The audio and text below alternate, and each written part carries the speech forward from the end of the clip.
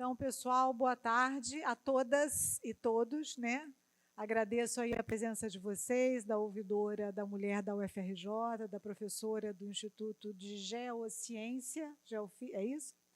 A Natália, da PR4, Júlia, minha extensionista, e os presentes, assim como cumprimento também alguém que venha mais tarde assistir essa apresentação. É uma apresentação ainda dos resultados preliminares da nossa pesquisa, né? Uma pesquisa que se iniciou em meados desse ano, na verdade ela era para ter sido aplicada no ano passado, nós conseguimos fechar esse ano, ela ficou mais ou menos uns 3 meses, depois eu trago para vocês. E é importante também que se diga, a Natália, assistente social da PR4, que está aqui com a gente hoje, foi uma pesquisa toda desenhada, né, e pensada em parceria com a PR4 da UFRJ. O nome, então, é Assédio Moral e os efeitos sobre a saúde dos trabalhadores, das trabalhadoras. Vai lá, Júlia. O objeto seria a verificação e identificação do assédio moral nas universidades, com o objetivo geral de identificar, a partir da autodeclaração dos respondentes, a presença do assédio moral e outras violências laborais nas relações de trabalho, nas universidades e os seus efeitos sobre a saúde dos servidores. E um dos objetivos específicos é, identificando riscos e evidências, ter material que pudesse apoiar não só a gestão, mas também os sindicatos. Desculpem para quem vai assistir mais tarde, não deve estar muito claro, nem para mim que estou aqui no presencial, mas eu vou ler para vocês alguns outros pontos que justificam a realização dessa pesquisa, né? O primeiro deles é que a violência laboral, o assédio moral, é uma das faces mais violentas do trabalho na modernidade, na sociedade moderna. O Giovanni Alves, que é um estudioso, ele chama o assédio moral de peste negra do século XXI. O ambiente em que ele se propaga é um ambiente de progressiva corrosão dos vínculos sociais e dos valores coletivos. Alguns autores falam sobre isso, Dejour fala sobre isso, Richard Sennett fala sobre isso, e é exatamente nesse cenário de corrosão dos laços sociais e dos vínculos coletivos que nós temos assistido o aumento exponencial do assédio moral e das violências laborais como mais um elemento, inclusive, na corrosão da saúde de trabalhadores e trabalhadoras. Pode ir, Júlia, mais um.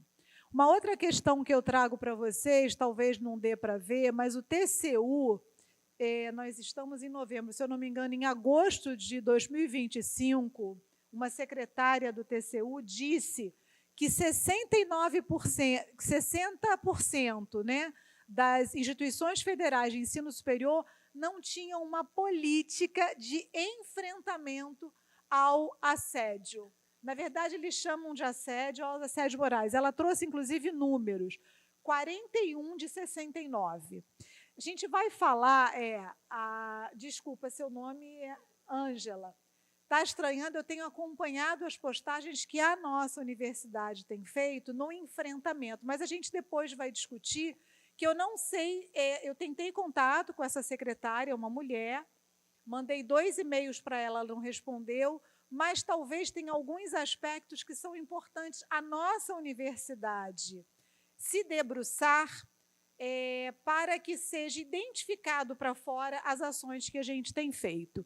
E uma outra questão, vocês não vão ver, mas o Smart Lab é um laboratório da Organização Internacional do Trabalho e do Ministério Público do Trabalho. Eles se juntaram e eles trazem, é muito interessante, diversos números sobre adoecimento, tipos de adoecimento, categorias de adoecimento, afastamentos do INSS. E nos números que eu tirei relativos à administração pública em geral, houve um aumento de quase 90% do ano de 2012 para o ano de 2024. Então, isso mostra da importância da gente se debruçar não só sobre o objeto, o assédio moral, mas também dos efeitos que ele causa à saúde de servidores e servidoras. Pode ir.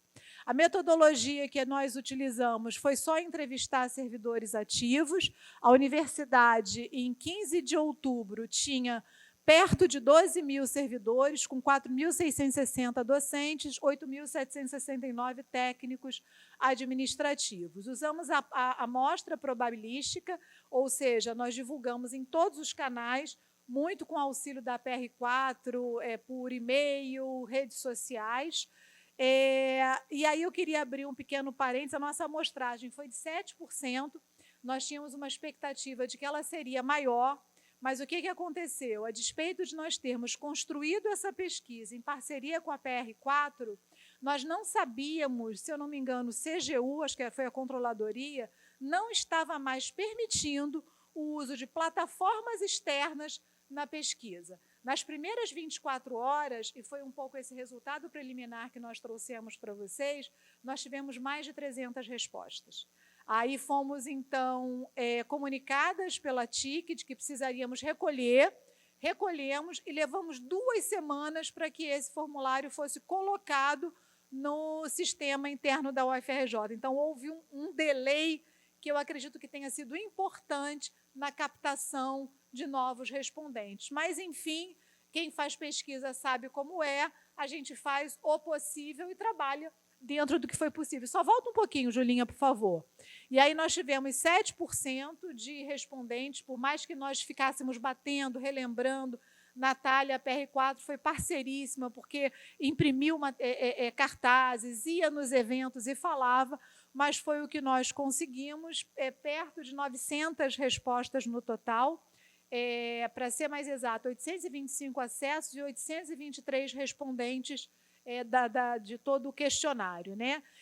E como é que nós vamos, então, analisar a representatividade das pessoas que responderam, fazendo uma comparação com todo o universo da UFRJ, e hoje a gente tem um perfil estatístico da UFRJ, nós vamos, então, aproximar os nossos dados com aqueles que a UFRJ faz. Vai lá, Ju. A metodologia, na análise, inclusive, a gente vai usar o conceito de quase estatística do Baker, que são algumas inferências numéricas para pensar. Então, o nosso universo de 823 serão os nossos 100%, e em cima desse 100% a gente vai fazer as análises. Os dados achados vão ser analisados sob a luz da teoria social crítica marxista histórico-dialética, tendo em vista a complexidade do fenômeno, porque assédio moral e violência laboral não é simplesmente identificar o assediador e o agressor, ele é muito mais complexo do que isso, assim como também implicá-lo numa totalidade social histórica. Como é que o trabalho hoje se apresenta? O que o trabalho hoje representa na vida de homens e mulheres? A gente fez uma coleta de dados, como eu disse, através de uma plataforma interna. Foi um formulário semiaberto, com 41 perguntas, acompanhado do registro de consentimento livre e esclarecido, direcionado a técnicos e docentes em atividade, tendo 4 eixos: o perfil do respondente, o perfil profissional desse respondente, o conhecimento acerca do assédio moral e os efeitos sobre a saúde e o ambiente laboral, e a gente fecha com sugestões, que a gente acha muito importante esse comprometimento com aquilo que virá no futuro, né, digamos assim. Tivemos, então, nesses preliminares, essas foram as primeiras 24 horas, né, e foi muito interessante, que mostra a necessidade de falar sobre essa questão. E aí, daqui do lado, eu acho que eu só tenho as categorias, dos 334 acessos, 64,15% foram de tais, vou chamar de tais, né, os técnicos, e quase 36% dos docentes. Quando a gente olha para o universo global da UFRJ, não deixa de ser representativo, porque a gente tem 39,1% de docentes nesse universo. Então, está bem próximo do que a gente encontra no universo global da UFRJ. Em termos de identidade de gênero, por que isso é importante? Eu trago ali, entre as vítimas dos assédios, do assédio moral e das violências laborais, a maioria é de mulheres e de mulheres negras. Então, é importante a gente identificar isso. Então, em termos de gênero, 52% do total dos respondentes se declararam como do gênero feminino e 48% do masculino. Se nós olharmos a composição global da UFRJ, está muito próximo. Então, em termos de gênero, foi bem representativo. Faixa etária, uma faixa etária, diria, madura, né, que dá mais ou menos entre 30 e 59 anos, quase 77% dos respondentes, então são servidores, não são pode até ser, mas a maioria já tem um tempo de universidade, uma faixa etária madura. E aí, interessante, em termos de raça, ainda temos na nossa universidade a maioria de brancos, só 30,88% de negros. Depois a gente vai decupar, eu e Júlia, a gente está nesse trabalho, para, entre as vítimas, tentar relativizar, né? Ou seja, nesse universo que nós temos uma minoria negra, depois eu vou trazer os números do serviço público em geral para a gente ver. A UFRJ, infelizmente, ainda é uma universidade mais branca do que outros espaços da administração pública. Mas para a gente poder relativizar entre as vítimas, quem seriam em termos de gênero e raça. Então, aqui, só para a gente ver, a UFRJ tem 30,88%, se eu não me engano, de servidores global negro, mas a administração pública geral, tirada do Observatório de Presença Negra no Serviço Público, que é uma página que acompanha esses números, está em 35,3%. Então, a gente ainda está, né, pelo menos uns 10%, 20% atrás. Aqui, em termos de identidade de gênero, então, as pessoas se identificam como mulher cis, é uma universidade eminentemente feminina. E, para comparar, eu queria trazer para vocês, vou trazer dados de uma pesquisa que eu fiz em 2013 ou 2014, ela, no global, é feminina, mas quando a gente vai para a categoria docente, em 2014, nós ainda não éramos a maioria, estávamos muito próximos, mas ainda não éramos, porque tem toda uma discussão aí de patriarcado, de machismo, que quanto mais alto o nível, né, da carreira hierárquico, menos mulheres nós temos. Vai, Júlia. A orientação sexual, a maioria de heterossexual, e o tempo que é servidor também, se nós pegarmos ali em torno de 60%, quase 70% tem, ou bem mais do que isso, 80%, de 5 anos em diante. Então, são servidores já com, no mínimo, 5 anos de universidade. Aí entramos no assunto da pesquisa, né? A primeira pergunta que a gente faz é se a pessoa sabe o que é assédio moral. Por quê? Há muita confusão. Nós, na verdade, vivemos um ambiente laboral violento, mas não necessariamente pontuado diuturnamente de assédios. Temos muitos, mais do que deveríamos, porque, na realidade, o assédio não é uma figura recente. Agora que se começa a falar, agora de uns 25 anos no Brasil, né, para cá que a gente começa a falar. Então, muita gente acha que sabe. Então, é a primeira pergunta em relação ao assédio moral. Tanto essa já é a segunda pesquisa, né, Júlia, que a gente fez com professores do ensino básico, se sabia o que era. O número foi muito parecido, eu acho que lá foi 99, alguma coisa assim, aqui foi 97, sabe o que é. Todavia, para o reconhecimento do assédio, é necessário alguns elementos, entre eles a intencionalidade e a repetitividade. Tem hoje um debate, e ele é recentíssimo na OIT, de não precisar de repetitividade, mas isso não é consenso. Isso ainda está sendo muito debatido. Inclusive, a OIT, se vocês pegarem todos os documentos que eles emitem, eles não falam em assédio moral, eles falam em assédios. E isso tem um grande risco, porque coloca no mesmo caldeirão figuras nefastas, né, mas diferentes e com efeitos diferentes. Sermos vítimas de uma violência laboral, que era o que se caracterizava um evento, né, de um grito, de uma desqualificação pública, de uma violência, óbvio que dói, né? Mas você ser vítima dessa desqualificação, em público ou privada, de ser marcada pejorativamente, inúmeras vezes, não existe uma dosimetria, mas a gente tira que mais de 3 vezes já pode se configurar, os efeitos são mais devastadores. A ponto, né, o assédio ele tem fases da desestabilização e um atingimento direto na subjetividade daquela pessoa.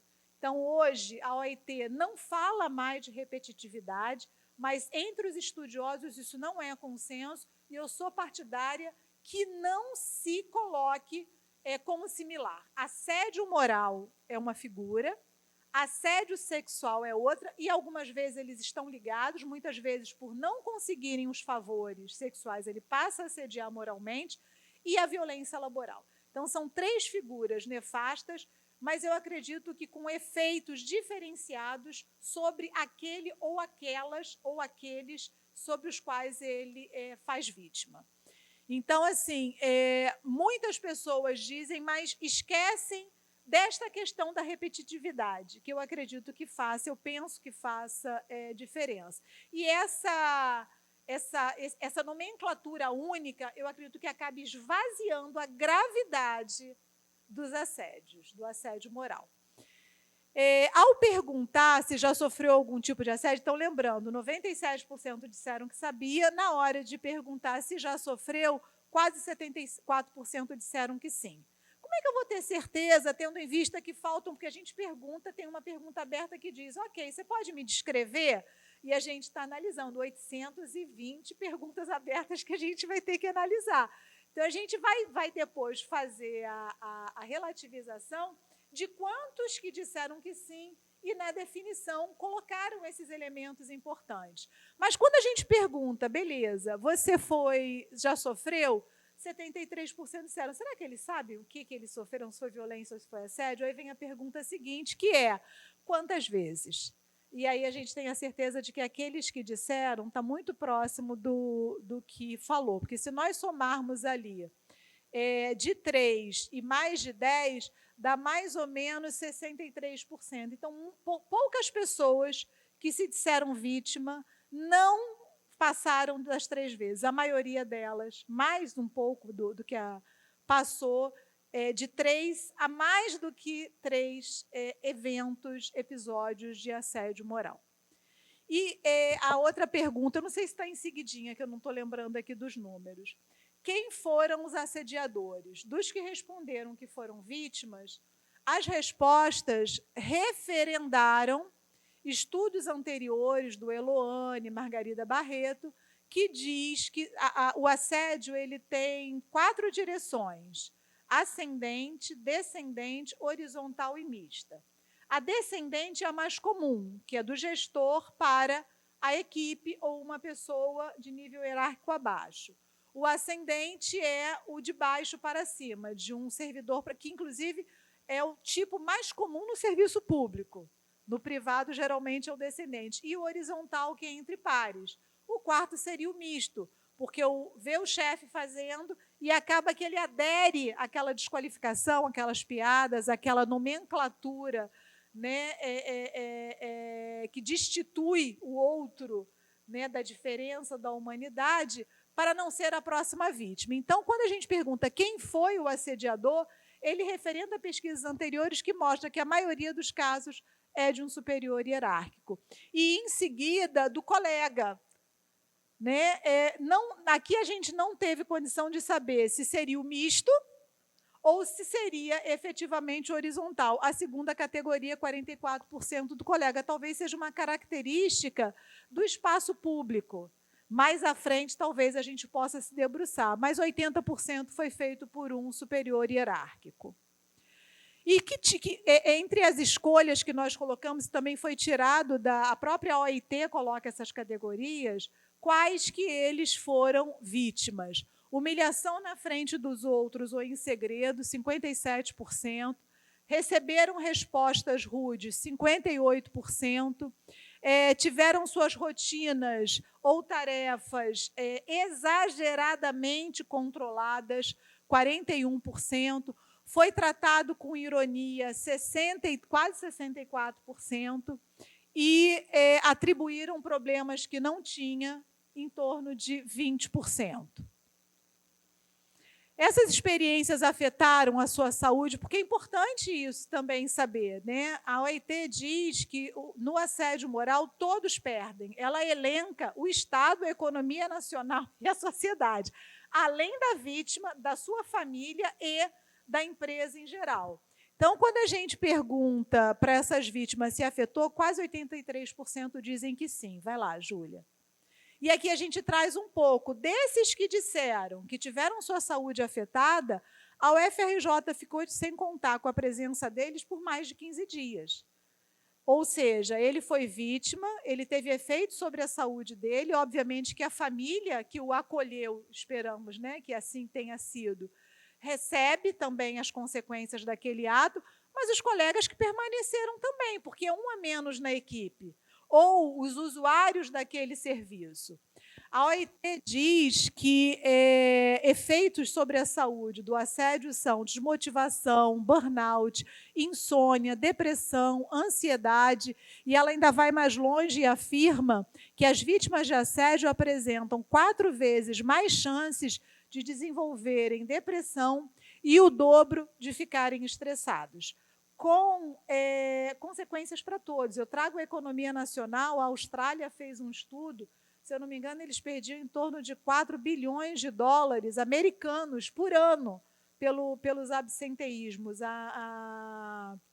O Reino Unido também faz uma pesquisa nesse sentido de dias de trabalho perdidos, ou de tanto que se paga em benefício e não a pessoa em atividade. A OIT ainda registra palpitações, tremores, crises de choro, falta de ar, transtornos do sono. Eu fiz uma pesquisa aqui na UFRJ, e é interessante que a gente diga, em que eu identifiquei câncer em professores, em função das relações laborais. Pois é, e eu fiquei assim, como assim? Aí fui atrás, professor é uma atividade, eu tenho os dados para fazer dos técnicos, mas na época eu não tive condição de fazer. Então, fiz só dos docentes. Professor não é uma atividade insalubre nem perigosa, a gente não recebe nem insalubridade nem periculosidade. E aí eu descobri 3 artigos, se eu não me engano, foi um britânico e 2 americanos, que davam conta de que em ambientes extremamente estressantes isso podia ocasionar a mutação celular que vem a ser a cancerinogênese. Então, vejam o alcance que pode ter essas práticas, que faz com que não só a vítima, depois vai ter perguntas a seguir vão mostrar, mas o ambiente fica tensionado. Não é mais aquele ambiente cooperativo, entre equipes, o que pode vir a prejudicar a saúde de quem está lá e também do ambiente. E o Santos e Siqueiro, Dejur, se eu não me engano, também tem um artigo que ele fala sobre isso, até o suicídio. Nós tivemos um caso em 2016 de uma empresa que foi privatizada na França, France Telecom, fizeram um PDV, inúmeras, milhares de pessoas, era a maior de telecomunicações da França, foram mandadas embora. Os que permaneceram servidores começaram a sofrer assédio, sistematicamente, porque queriam que eles saíssem. Foram 60 suicídios em 6 anos. Em 2016, a presidência e a diretoria foram condenados por aqueles suicídios. Quem quiser depois pesquisar, tem uma carta de se eu não me engano, ele era médico, não me lembro bem, relatando o sofrimento que ele passou, e porque é de chocar, né? Mas quem quiser pesquisar, isso está na internet. E eu vi, acho que foi o ano passado, no sistema de saúde francês, famílias de pessoas que também tiraram suas próprias vidas se reuniram e estavam processando o ministro da Saúde pelas condições de trabalho, pelos assédios morais que os seus familiares que atentaram contra a própria vida sofreram antes de suicidar. Tudo isso em função desse ambiente laboral absolutamente violento e individualista, que cada um vai buscar, porque é um pouco isso que a gente está vivendo, lidar com aquele ambiente, com aquela situação e com aquela violência da maneira que conseguir. Em 2013, eu fiz uma pesquisa aqui na UFRJ, uma outra pesquisa, de docente. E foi interessante, foi um estudo de caso, ou seja, ele não tinha quantitativo, de, não era, uma 2,6. E ela só se deu conta disso. Eu não era assédio. Poderia até colocar como uma certa violência laboral, porque era o excesso de trabalho. E ela disse, eu não trabalhava, eu só trabalhava. Quando ela tinha 2 tumores em cada seio, perdeu os 2 seios.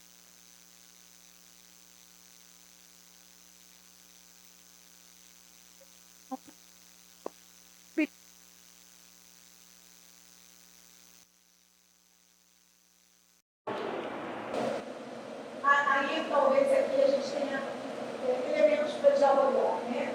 Você procurou algum setor da universidade para buscar apoio? 54% disseram que não. Veja, 97% disseram que sabiam, 77% já tinham sofrido, mas desses 77%, 54% não buscaram. E um elemento das respostas, né, como eu disse, a gente está tratando as abertas, eu vou ler para vocês, me chamou muita atenção, porque a nossa pesquisa é sobre relações de trabalho, e a respondente 817, a 817 está falando assim, uma parte da resposta, pelo amor de Deus, crie normas gerais para alunos e professores orientadores. Gostaria muito de saber as diretrizes exatas sobre isso, as regras, meus direitos e deveres. Gostaria de me sentir mais segura e respeitada. Eu só trago essa frase para mostrar que é um outro elemento que essa pesquisa trouxe, que não é só entre nós, servidores, mas também conosco e nos próprios alunos. Essa violência das relações. E isso afeta, porque essa pessoa tem respondido porque entrou agora como servidor, mas não esquece daquela violência que sofreu, que obviamente nós sabemos. O assédio sexual é chamado, o assédio moral, você jamais será como era antes dele. A despeito da gente hoje falar muito, a inovação gosta muito desse termo resiliência, perfis resilientes, isso não é humano. Isso não é humano. Ser resiliente não é humano. Você ressignifica, transforma, mas você jamais será a mesma pessoa depois de ter sido vítima de um assédio moral ou de um assédio sexual. Então, isso me chamou muito a atenção. A minha intenção é, no futuro, quem sabe, expandir para alunos, inclusive pós-graduandos, enfim. E aí, assim, o que eu percebo em algumas das falas, tá, gente, dos canais que se procurou, ouvidoria foi um deles, eu tenho visto esforços, né? Acredito que tenha ocorrido algum episódio no IFIX, acho que foi ano passado ou retrasado. E aí o IFIX tem um protocolo. A ouvidoria tem, eu já vim fazer uma fala, na época era uma outra ouvidora, junto com, foi na COP, que eu vim fazer uma fala sobre isso. Então, o que me parece, isso não é fechado, mas o que me parece? A UFRJ, ela é uma pluralidade. Ela foi criada há 105 anos atrás, pegando 3 cursos de 3 instituições da Universidade do Brasil, passou a ser. E foi agregando e criando outros tantos. Mas ainda hoje nós somos uma pluralidade. A gente não consegue se identificar dentro de uma mesma política. Há uma dificuldade nelas, tanto que nós temos inúmeros universos dentro de uma mesma universidade. Isso é um ambiente democrático? Não sei. Há inúmeras possibilidades de acesso, de verba, é diferenciado. E no caso das políticas de enfrentamento, também tem um pouco isso. Eu não sei como vencer, mas o que me parece é uma falta de identidade institucional, da instituição ter uma política única que todos os espaços apliquem. Vai lá, Júlia. Um exemplo, né, que aonde eu vou, eu fui na CVM, eu fui na ANS, eu estou indo na Fiocruz, que as pessoas sempre falam o Guia Lilás. Talvez não precisemos criar, talvez a gente possa criar Minerva e o Guia Lilás, não sei. Mas o Guia Lilás é um roteiro do que pode ser feito. E é um roteiro federal, do Brasil. Tá? A gente tem agora, que eu não coloquei aqui, mas o decreto 12.122, que obriga que as instituições desenvolvam programas de enfrentamento ao assédio, às discriminações, enfim, mas a gente precisa de uma bandeira única, essa bandeira tem que ser colada em todas as unidades. Por que você não, se você denunciou 67% de 8,8% disseram que não, por quê? Medo, desconhecia canais, não confiava nos canais institucionais, descrença na apuração, sem saber o que fazer, assediador da alta administração institucional. A gente precisa vencer isso, de alguma maneira. Talvez, inclusive, não seja só no acolhimento à vítima, mas também nos treinamentos e protocolos para os gestores. Os gestores precisam, às vezes dói. A gente tem visto outras políticas, né? E a fala corta na própria carne.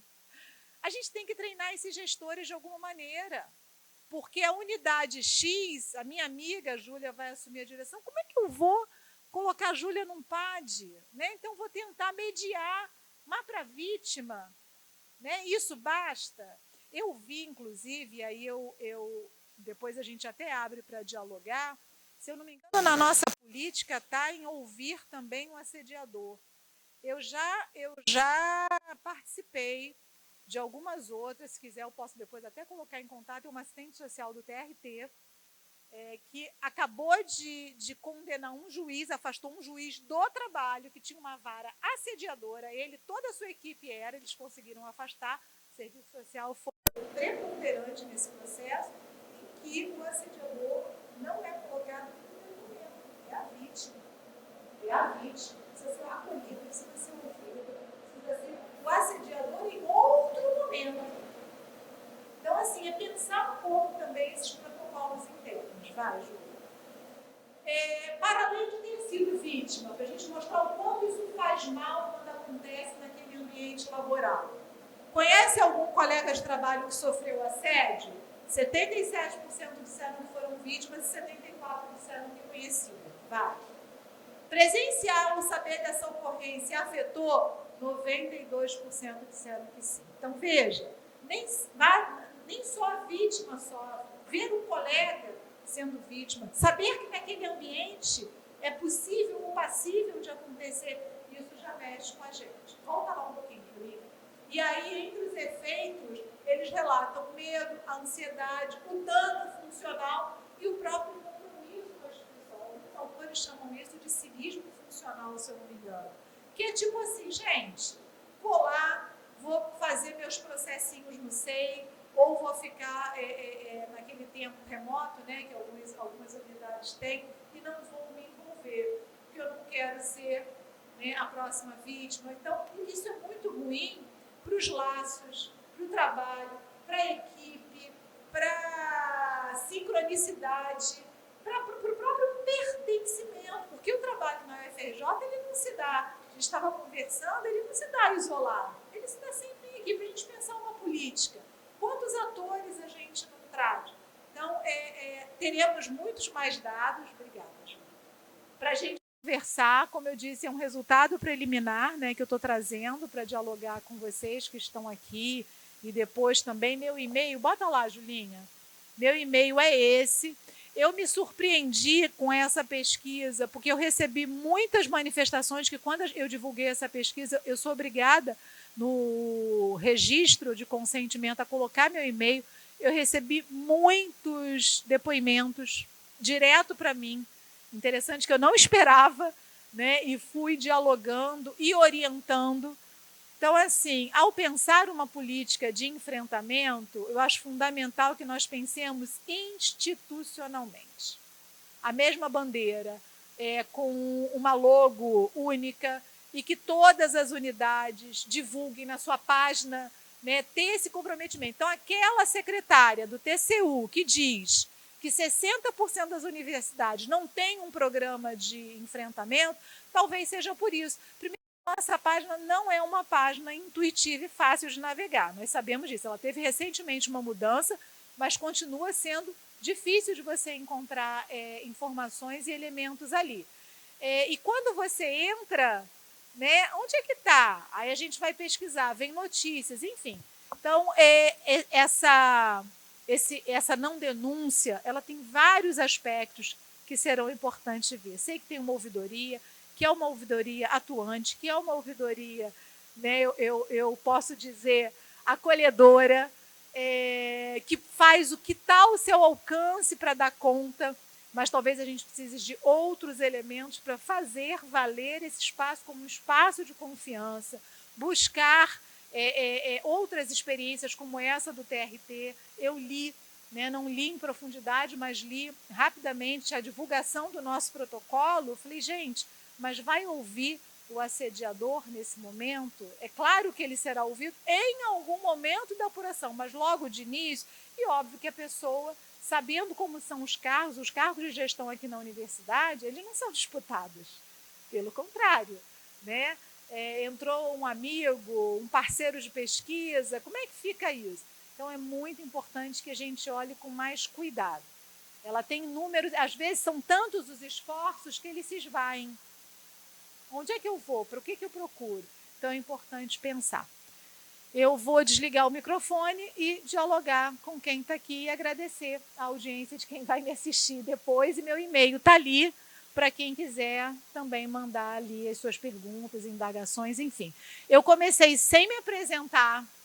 Eu sou Alzira Guarani, da Escola de Serviço Social, professora da Escola de Serviço Social, e estou às ordens para vocês, para pensar não só essa pesquisa, mas as futuras. Obrigada.